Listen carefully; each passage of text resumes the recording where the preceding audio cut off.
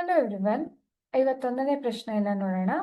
ವಿದ್ಯುತ್ ಬಲ್ಬ್ನೊಳಗೆ ನೈಟ್ರೋಜನ್ ಅಥವಾ ಆರ್ಗಾನ್ ಅನಿಲಗಳನ್ನು ಏಕೆ ತುಂಬಿರುತ್ತಾರೆ? ಈ ನೈಟ್ರೋಜನ್ ಅಥವಾ ಆರ್ಗಾನ್ ಅನಿಲಗಳು ಇವು ಒಂಥರ ತಟಸ್ಥ ಅನಿಲಗಳಾಗಿರುತ್ತೆ. ಇವು ಯಾವ್ದ್ರ ಜೊತೆಗೂ ವರ್ತಿಸೋದಿಲ್ಲ, ಅಥವಾ ಈ ಟಂಗ್ಸ್ಟನ್ ಫಿಲಾಮೆಂಟ್ ಏನಿರುತ್ತೆ ಬಲ್ಬ್ ಒಳಗೆ, ಅದು ಉತ್ಕರ್ಷಣ ಆಗದೆ ಇರೋ ರೀತಿಯಲ್ಲಿ ತಡೆಯುತ್ತೆ. ಹಾಗಾಗಿ ನೈಟ್ರೋಜನ್ ಮತ್ತೆ ಆರ್ಗಾನ್ ಅನಿಲಗಳನ್ನ ತುಂಬಿರ್ತಾರೆ. ಸೊ ಅದರಿಂದಾಗಿ ಬಲ್ಬಲ್ಲಿರುವಂತಹ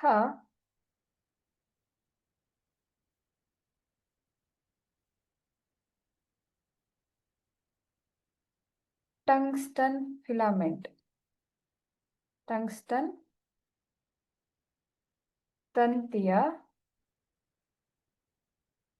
ಬಾಳಿಕೆ ಹೆಚ್ಚಾಗತ್ತೆ.